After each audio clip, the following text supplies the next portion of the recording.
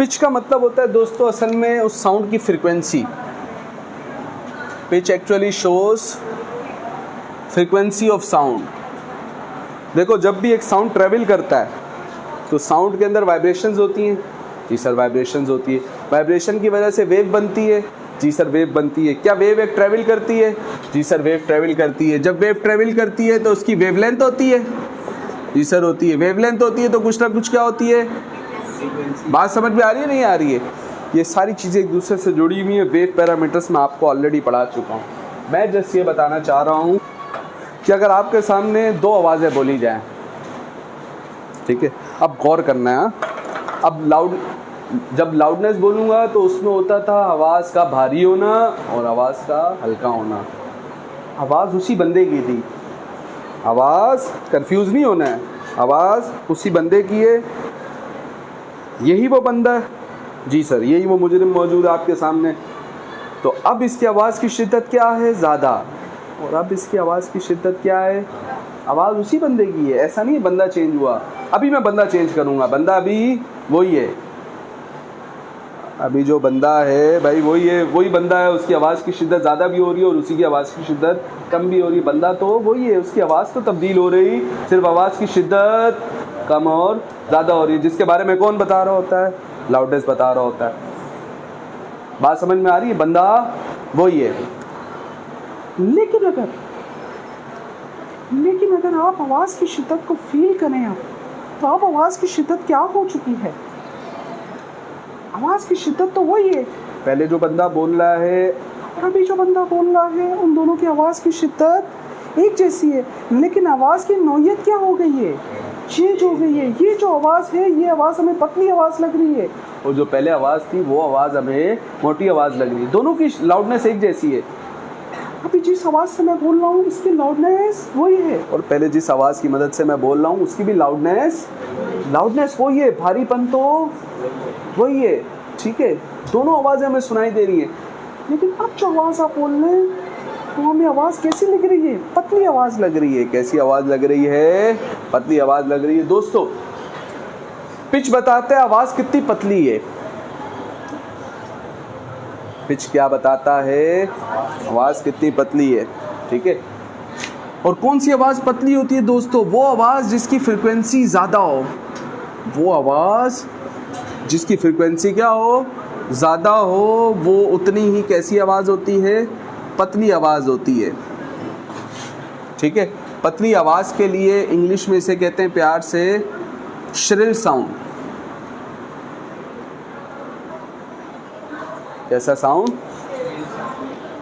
Shrill sound means पतली आवाज़। ठीक है, और अगर आवाज़ मोटी हो जैसा कि अभी दिख रहा है, और अगर आवाज़ कैसी हो सर? मोटी हो, तो वो कहलाएगी कैसा साउंड? ग्रेव साउंड, यानी मोटी आवाज़। तो दोस्तों मोटी आवाज़ की क्या ख़ास बात होती है? तो उसकी फ्रिक्वेंसी क्या होती है सर? कम होती है। मोटी आवाज़ की फ्रिक्वेंसी, यही बंदा आपके सामने बोल रहा है और इस आवाज़ की फ्रिक्वेंसी क्या है? अभी कम। और अब जो बंदा आपके सामने बोल रहा है उसकी आवाज़ की फ्रिक्वेंसी क्या है? ज़्यादा है। लाउडनेस दोनों की सेम है। आवाज़ जो आपके कान तक पहुंच रही है वो सेम है। तो जो आवाज़ मैं अभी बोल रहा हूँ वो असल में कौन सा साउंड? Grave sound. और जो आवाज़ मैं अब बोल रहा हूँ ये असल में कौन सा साउंड है? श्रिल साउंड है। बात समझ में आ रही है? ठीक है, तो पिच बताता है कि आवाज़ कितनी पतली है या कितनी मोटी है। If the sound is shrill it means it's frequency is high, it's pitch is high. ठीक हो गया? सही है। तो अगर आपसे पूछा जाए ख़वातीन और मर्दों की आवाज़ में जो फ़र्क होता है, भाई फील कर सकते हैं ना। अभी मैं यही बंदा मर्द था, मैं मर्द ही, लेकिन मेरे को आवाज़ निकालनी पड़ रही थी ख़वातीन जैसी समझाने के लिए। ठीक है, तो जो ख़वातीन होती है उनकी आवाज़ क्या होती है? पतली होती है। ठीक है, तो कैसी आवाज़ कहलाएगी? Shrill sound. जो मर्द होते हैं उनकी आवाज़ मोटी होती है, कैसा साउंड कहलाएगा? Grave sound. तो मर्दों और ख़वातीन की आवाज़ में जो फ़र्क होता है, ठीक है, उसको हम फील करते हैं किसकी मदद से? फ़र्क करते हैं किसकी मदद से? फ्रीक्वेंसी की मदद से। कि अगर मुझे कॉल है, ठीक है, तो मैं पहचान जाऊंगा कि भाई ज़ुबैर बात कर रहे हैं, ज़ुबैदा बात कर रही है। मैं बता सकता हूँ कि नहीं बता? हालांकि मैंने उसको देखा नहीं, लेकिन मैंने क्या सुन ली? तो मेरे कान ने बताया भाई ये तो पतली आवाज़ लग रही है, ये तो किसी खातून की आवाज़ है, ठीक है, और ये मोटी आवाज़ लग रही है, ठीक है, ये किसी मर्द की आवाज़ है। आज समझ में आ रही है नहीं आ रही है, ठीक है। तो pitch is actually a property of sound. Due to this property we can distinguish, we can differentiate, हम फर्क कर सकते हैं between shrill sound and grave sound, ठीक है। Difference between sound of man and women is also due to a pitch, ठीक है। A man has a low frequency sound while a women have a high frequency sound. बात समझ में आ रही नहीं आ रही है? दूसरी बात एक और चीज सोच सकते हैं कि जैसे जैसे आप आवाज को पतला करते जाएंगे, जैसे जैसे आप आवाज को पतला करते जाएंगे, वैसे वैसे आप असल में साउंड की फ्रीक्वेंसी को क्या कर रहे हैं, बढ़ा रहे हैं। और जैसे जैसे आप आवाज को मोटा करते जाएंगे, मैं शिद्दत नहीं बढ़ा रहा हूँ, शिद्दत तो ऐसे बढ़ती है, शिद्दत नहीं बढ़ा रहा हूँ मैं, आवाज को मोटा कर रहा हूँ, फ्रीक्वेंसी को चेंज कर रहा हूँ। बात समझ में आ रही है? जैसे जैसे आप आवाज को मोटा करते जाएंगे तो वैसे वैसे फ्रीक्वेंसी क्या होती जाएगी। और अगर आप इसी आवाज को पतला करते जाएंगे तो फ्रीक्वेंसी क्या हो जाएगी, बढ़ जाएगी। बात समझ में आ रही है? चल, अभी आपने बताया फ्रीक्वेंसी और पिच का एक दूसरे के कैसा रिलेशन है, डायरेक्ट। जो फ्रीक्वेंसी है वही असल में पिच है। तो असल में आप जब फ्रीक्वेंसी बढ़ाते हो तो वो साउंड कैसा बनता जाता है, श्रिल साउंड, यानी पतला साउंड, ठीक हो। तो अगर फॉर एग्जांपल दो साउंड वेव मैं आपके सामने बनाऊं,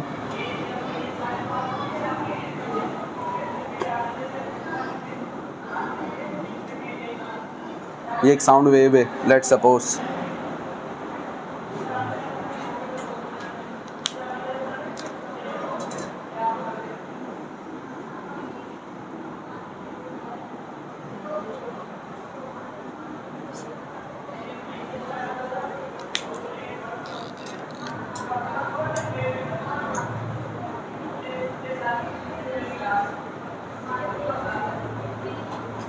तो ये दो साउंड वेव बनी हुई है, ठीक है।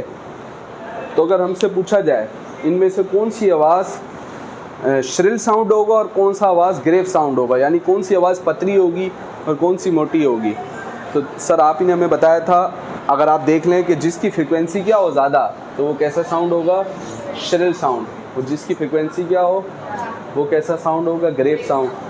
तो फ्रीक्वेंसी की डेफिनेशन क्या है sir, number of vibration divided by time. याद है, एक सेकंड में जितनी वाइब्रेशन होंगी यही क्या कहलाता है सर, फ्रीक्वेंसी कहलाता है। फॉर एग्जांपल दोस्तों, यहाँ से लेकर यहाँ तक का जो वक्त है ये है 1 सेकंड, कितना है, तो यहाँ से लेकर यहाँ तक का वक्त भी कितना, 1 सेकंड। इसको देखें नीचे वाले को, तो 1 सेकंड में इसने कितनी वेव कंप्लीट की है, सिर्फ एक वेव ना, ये पूरी क्या हो गई, एक वेव बन गई ना। इसके बाद दोबारा रिपीट करेगा, 1 सेकंड में कितनी वेव कंप्लीट की, 1, तो इसकी फ्रीक्वेंसी हमने नोट कर ली। इसको भी यहाँ से लेकर यहाँ तक टाइम 1 सेकंड, जब इसका ये 1 सेकंड है तो इसका भी यहाँ से लेकर यहाँ तक कितना, इसके 1 सेकंड में देखें वेव्स कैसी कंप्लीट हो रही है, ज़्यादा, यानी इसके 1 सेकंड में होने वाली वाइब्रेशंस क्या हैं, ज़्यादा। तो इसकी क्या ज़्यादा, फ्रीक्वेंसी क्या है सर, ज़्यादा है। ये सब पढ़ने से पहले आपको सारी पिछली बातें मालूम होनी चाहिए, जो पिछले सारे कॉन्सेप्ट मैंने बताए मैंने, तो ये समझ में नहीं आएगा, ठीक है, सही है। तो इधर 1 सेकंड में वाइब्रेशंस क्या हो रही है, कंप्लीट, ज़्यादा कंप्लीट हो रही है। If the more vibrations produce in 1 second then the frequency will be more, ठीक है। The number of vibration taken in 1 second is called as, क्या कहलाएगा, फ्रीक्वेंसी। दोस्तों यहाँ पे फ्रीक्वेंसी क्या है, हम कहेंगे यहाँ पे फ्रीक्वेंसी ज़्यादा है, यहाँ पे पिच भी क्या है दोस्तों, ज़्यादा, क्योंकि फ्रीक्वेंसी और पिच का कैसा रिलेशन। सिर्फ इतना ही नहीं, अगर हमसे पूछा जाए इस साउंड को श्रिल साउंड कहेंगे, ग्रेव साउंड कहें, तो हम कहेंगे कैसा साउंड, श्रिल साउंड, ये पतली आवाज़ है सर। और अगर इस साउंड को सर हम देखें तो यहाँ पे फ्रीक्वेंसी कम है, तो ये कैसा साउंड, बोलो भाई कैसा साउंड, ग्रेव साउंड। इसके अलावा आप सोच सकते हो परिंदों की भी जो आवाज़ें और बच्चों की भी जो आवाज़ हैं, बच्चों की आवाज़ भी सुनने में पतली लगती है। बच्चे कहते हैं ना, मम्मा मुझे टॉफ़ी खानी है, ऐसा तो नहीं बोलते मामा मुझे टॉफ़ी खानी है, तो जो बच्चों की आवाज़ है उसके अंदर भी पतलापन ज़्यादा है, यानी उसकी भी पिच क्या है, ज़्यादा है, यानी फ्रीक्वेंसी ज़्यादा है। ठीक हो गया, सही। इसी तरीके से परिंदों को हम देखते, कोयल को, अब ये तो मैं निकाल रहा हूँ ना, मैं मर्द हूँ तो मेरा तो मोटा ही निकलेगा, अब तुम लोगों ने नहीं निकालना है, ठीक है। लेकिन अगर आप कोयल की आवाज़ सुनोगे, परिंदों की भी आवाज़ सुनोगे, चिड़ियों की भी चूं चूं कर रही होती है ना, तो आवाज़ मोटापन ज़्यादा होता है, नहीं, क्या ज़्यादा, पतलापन ज़्यादा। कैसा साउंड कहलाएगा, श्रिल साउंड कहलाएगा। बात समझ में आ रही है, ठीक है। और इसी तरीके से हम अलग अलग जानवरों की आवाज़ें जब सुनते हैं, डॉगी की आवाज़ सुनते हैं, अभी मैं भौंक के नहीं दिखाऊंगा, ठीक है, ये आपको खुद समझना है। तो जब हम डॉग की आवाज़ सुनते हैं तो डॉग की आवाज़ के अंदर हमें मोटापन क्या दिखता है, ज़्यादा दिखता है। तो कौन सा साउंड होगा, ग्रेव साउंड होगा। डोंकी की आवाज़ सुने, मोटा साउंड सर, ग्रेव साउंड। ठीक हो गया, सही है।